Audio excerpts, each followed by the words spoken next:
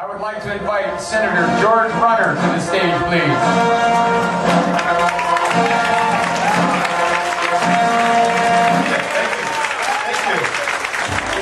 Thank you. Wow, complete music introduction. I appreciate that. Hey, let me just first of all say thank you to you all. This next Tuesday is an opportunity of historic value in America. You know, I don't know about you, but about 18 months ago, I would not have believed that we could be coming together, 5 days before an election with this kind of opportunity to take back our liberties. Of course, I probably wouldn't imagine that 18 months ago our liberties were as threatened as they are over the last few years.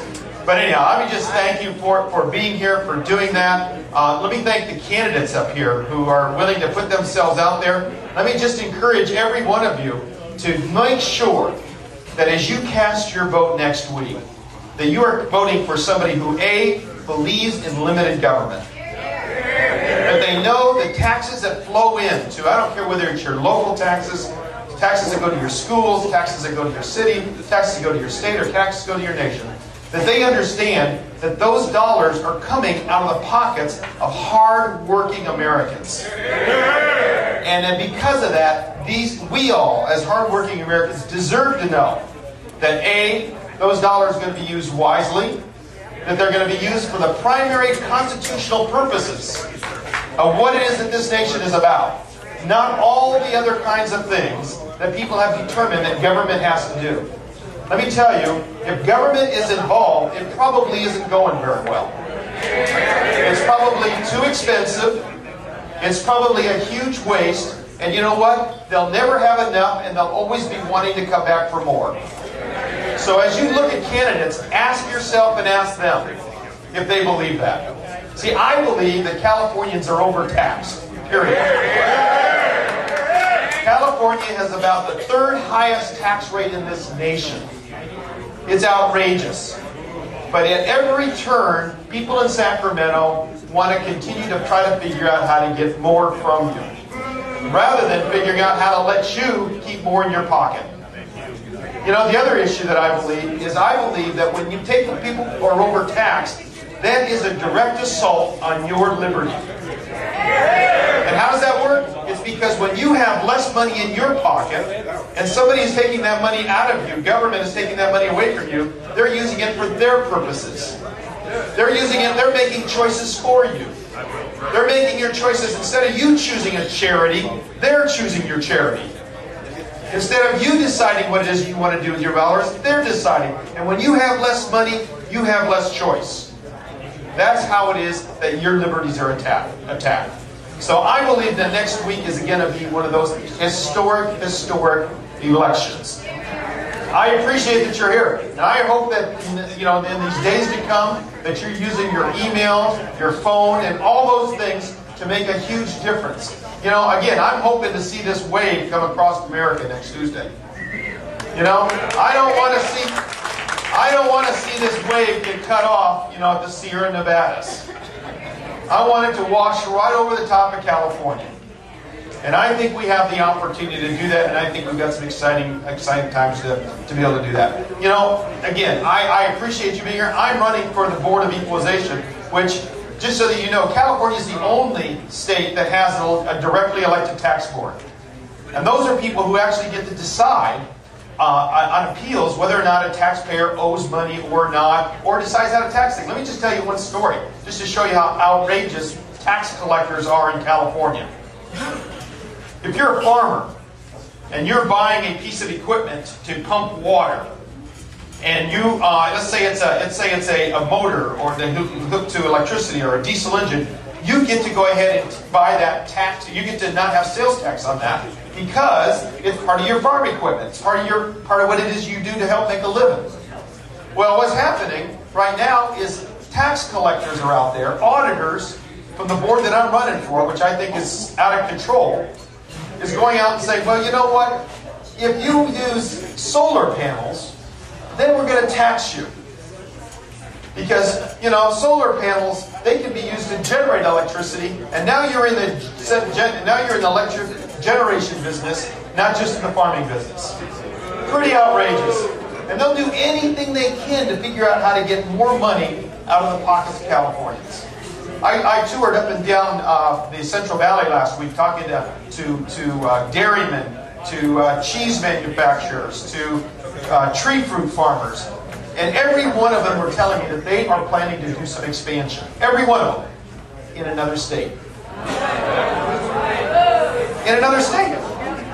There's the world's largest cheese company up in Hillmark, California. They have the world's largest cheese factory. It's owned by a dozen dairymen. And they decided that they needed more. They had greater demand for the product. So they decided to build a $150 million new factory in Texas. And then they decided to go ahead and surround that with new dairies. And not expanding in California, but expanding in Texas. That's why California has an unemployment rate of nearly 13%. Because we are not only chasing businesses out of California, we are also letting businesses that are in California expand elsewhere. We must stop that. And I think next week we'll give that opportunity for us to begin to do that. So, again, I thank you for being here. You're doing a great job. Make those phone calls, do what you need to do. But let's win back our state and this nation, not for ourselves, but for our children and our grandchildren. Hey, thanks a bunch. Thank you. All right, we're going to open the crowd up to some questions and answers. Yes, I'd love to. All right, first question. Executive privilege. Go for it. Ladies and gentlemen, this is a senator for the state of California. You're familiar, you've seen Steve Knight here, who's an assemblyman. This is a senator. When the assembly passes certain legislation that's gathered up a storm from maybe people like us, they do their best to draft it into a bill, and then it comes to you, right, George? Right. And then the Senate has to then approve it, and then you give it to the governor, is that right? Right. And then the governor signs it into law. So whether we want to create a new law or repeal an old law, that's kind of the cycle that we go through. And George, we drove to Sacramento on a kamikaze run of you guys out here. That crazy guy over there made me do it. We took our newspapers and put 10 copies in every assembly and every Senate office that we could find. And this is another one of the batches that's ready to go, and that one right there. But when we were driving up there, we saw a lot of farmland, and we've heard that the farmland had the water shut off because of the smelt fish. And me being the militant animal that I am, I just said, well, look, man, why the hell doesn't the governor just go out there, tell the feds to back off to the Nevada line, get my attorney general, and go back out there and turn on the water with a sheriff? Can you, for all of us that only get snippets in the news, can you tell us what's really going on with this farm water thing? Because it just sounds like a bunch of environmentalists shut off the water and they sent our entire agricultural economy into the toilet. It comes down to a really simple issue, and that is there are environmental activists and now activist judges who value a fish more than farmers and employment in the state of California. It's that simple. I mean, that's truly what we've done. I mean, the fish that is actually doing this, that they're pointing to, isn't even an endangered species. You know, and so it is just outrageous. And I would agree that the best place to do it is, I mean, I would believe we should have a governor and leaders who just basically say, hey, look, we control the pumps. We're going to turn them on. Take us to jail if you want. There's nothing that keeps us from doing that. And then let them fine. Let them arrest them. Let them go do what they're going to do. They'll never do that. But what happens is we turn over. Now the good news. There's some good news in this. They have gone so far to protect the fish over the farmer that there are races up in the San Joaquin Valley where you are seeing Democrat after Democrat who have been elected up there who are now going to lose or in tight races. It's amazing. I drove up and down there. I drove up and down the valley last week, and it was the signs were just great because they were, and you saw them as you went from congressional district to congressional district. There would be a big no on boxer. Yay! All the speakers say aye. Next to that would be a no on Costa. One of the House members up there. A no on Cardoza. Both of them are threatened because they've taken the liberal position rather than standing up for the people who elected them. It's outrageous. So I think there's hope because they've gone so far. They may just get washed out. Absolutely. And we, not to get too far down in the weeds, but we just put an article out in the front page of this paper, and we looked at one of the. Oh, that one didn't make it. They're really tight. We looked in here, and there was a guy. There was something on the. It was. Nobody doubts that the economic devastation to the Central Valley, the unemployment rate in the agricultural communities ranges from 20 to 40%, while 250,000 acres of farmland are lying fallow and dying. The region's agricultural output is expected to decline between $1 billion and $3 billion this year over last, according to estimates. That's insane. Well, and that's exactly what I just told you. That's why I talked to these guys. I talked to these farmers, these dairy guys, these tree farmers, these tree fruit farmers, some of the vegetable guys. And that's what they're saying. They're saying, look, we are, we're going to stay here. We're going to keep some things going as long as we can. But you know what? When it comes to expansion, we're doing it somewhere else. And you know what? The sad thing was, a couple of them said, you know what our biggest competitor is? It's now Mexico.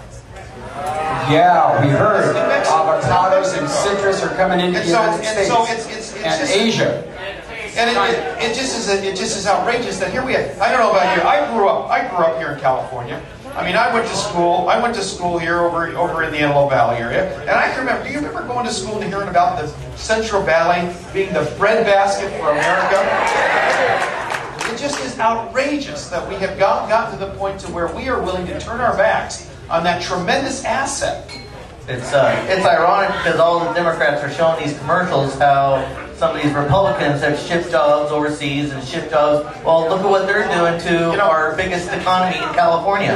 Listen. The last thing we want to do is see jobs shifted overseas. That's wrong. However, let's make sure we understand.